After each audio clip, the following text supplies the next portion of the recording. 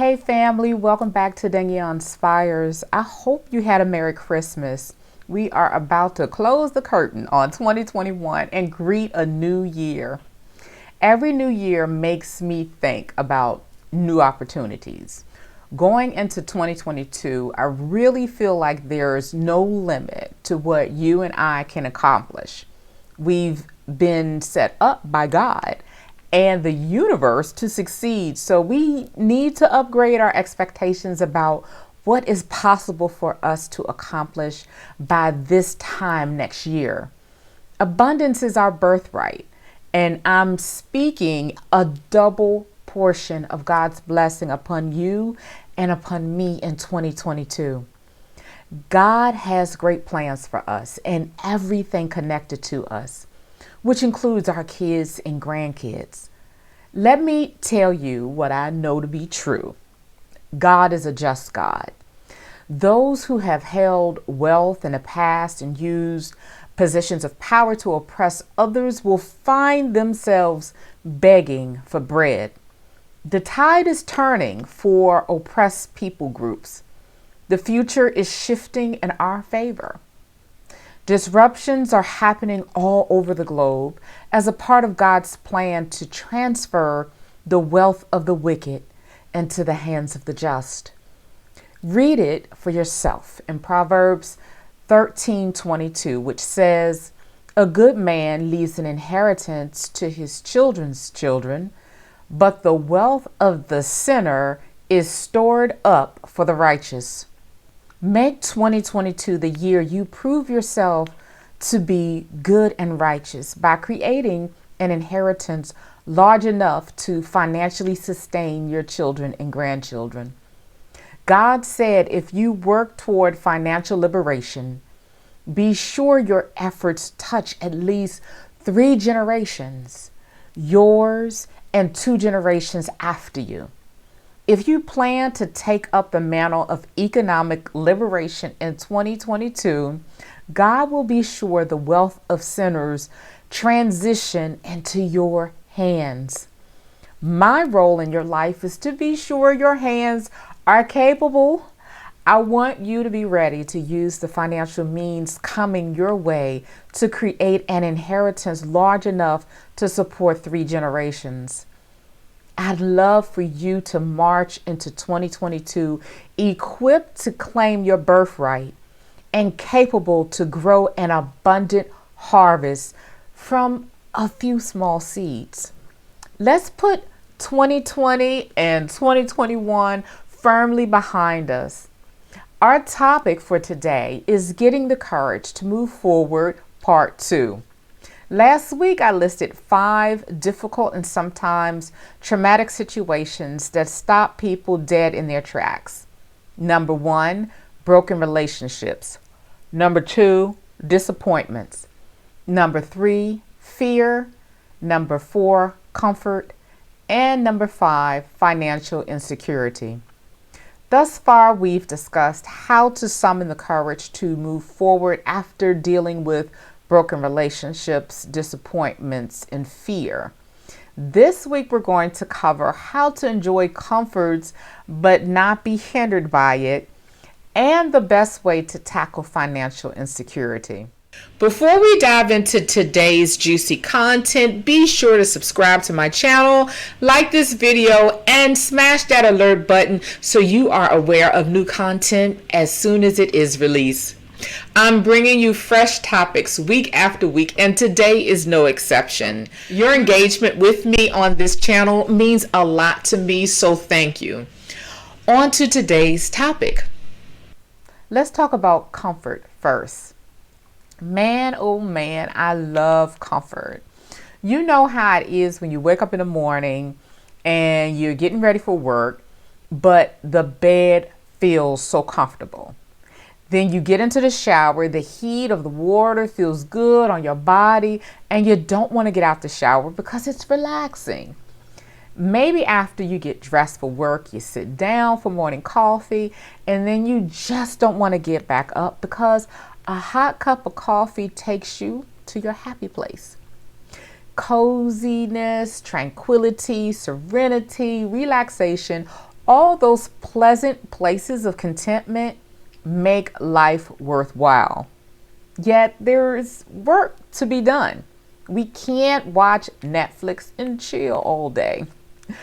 Frederick Douglass provides this insight into what it takes to achieve progress. He said, "If there is no struggle, there is no progress. Those who profess to favor freedom and yet depreciate agitation are men who want crops without plowing up the ground." For many of us, the progress we crave doesn't take place on the job. The job simply pays the bills, which means once we are off from work, that's when the real work of becoming who we were meant to be should take place, and would take place if it wasn't for the strong desire to pursue comfort. Comfort can give you an excuse or crutch to be lazy, but it doesn't have to. For me, the comfort I create drives me to create more comfort. And I know that I have to hustle to create the lifestyle I want. Struggle will be involved, as Frederick Douglass noted, along with agitation and plowing. If there is no struggle, there is no progress.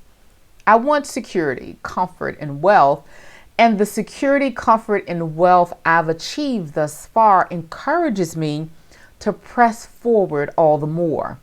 I'm driven by purpose and passion. I'm driven by my values and my faith. So if present comforts are keeping you from building the life you want, then you need to take a step back and reevaluate your values, your faith, your purpose, your passions, and your goals. How do you define progress for yourself, and what sacrifices are you willing to make to achieve your dreams? Part of the struggle to achieve progress involves creating productive habits. It can take up to 30 days of repetitive actions before you build a habit. The struggle is in being consistent and trying again and again when you fall off the wagon. Have the courage and have patience to keep trying. Don't give up on yourself and don't give up on your dreams. You can do it. The fifth and final factor we'll discuss is financial insecurity. Financial insecurity has to do with how you feel about your financial situation. It is having a lack of confidence in your ability to meet certain financial demands. Let's say you have a decent salary and are capable of paying all your bills on time, but the idea of setting aside part of your wages for retirement scares you. You think you don't have enough money to save or invest, so you don't. People who are financially insecure will say things like, "I don't have the money, I can't afford it, money doesn't grow on trees," or "I need to find a second job or a side hustle to earn more cash." If you think poor, you will talk the language of the poor and live in the confines of what is instead of pushing the boundaries towards what could be. Financial insecurity also has to do with how you view yourself in relationship to money. You're financially insecure if you see money as the start of something really great, but you don't view yourself the same way. In other words, you think money has greater value than you, and that money has a better potential to create more value than you could. When you are financially insecure, you think of yourself as small and insignificant in comparison to money. That sort of reverence and fear should be directed towards God and not money, because money is not all powerful. But God Almighty, who has made heaven his home and earth his footstool, is the source of all good things. As long as you're connected to the source, you have the access to the supply that you'll need to meet your demands. We all have some degree of financial insecurities that prevent us from playing big, but self-doubt also causes us to make counterproductive decisions. So in times when you should ramp up your efforts to invest and be financially assertive, perhaps a lack of fiscal confidence will cause you to start pulling money out of your 401k and your savings account. You need courage, my friend, if you want to make financial progress. Courage in this situation begins by saving 10% of your gross income. When I read The Richest Man in Babylon, I realized that there's a spiritual principle at work when you save.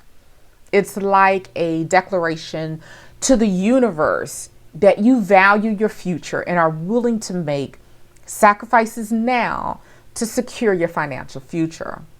That declaration will stave off certain powers who desire to devour your crops and leave you penniless. There's a magic in saving money consistently every month that I can't fully describe. And I'm not referring to compounding interest, though that is great. It's like you invoke a divine principle when you consistently save 10% of your gross income. I sort of understand how it works, but I'm also in awe of how something so simple packs a great punch. Wealth, like a tree, grows from a tiny seed. The first copper you save is the seed from which your tree of wealth shall grow. The sooner you plant that seed, the sooner shall the tree grow. And the more faithfully you nourish and water that tree with consistent savings, the sooner may you bask in contentment beneath its shade. Whether you're facing broken relationships, disappointment, fear, comfort, financial insecurity, or something else, allow courage to be your defense. Be bold, be great, and be inspired. You can do it. I'll see you next week. Thank you for joining me for another week of Danielle Inspires. If you haven't done so already, be sure to like this video, subscribe to my channel, hit the alert button so that you are aware of new content as soon as it is released, and share this inspiration with those you love. See you next week.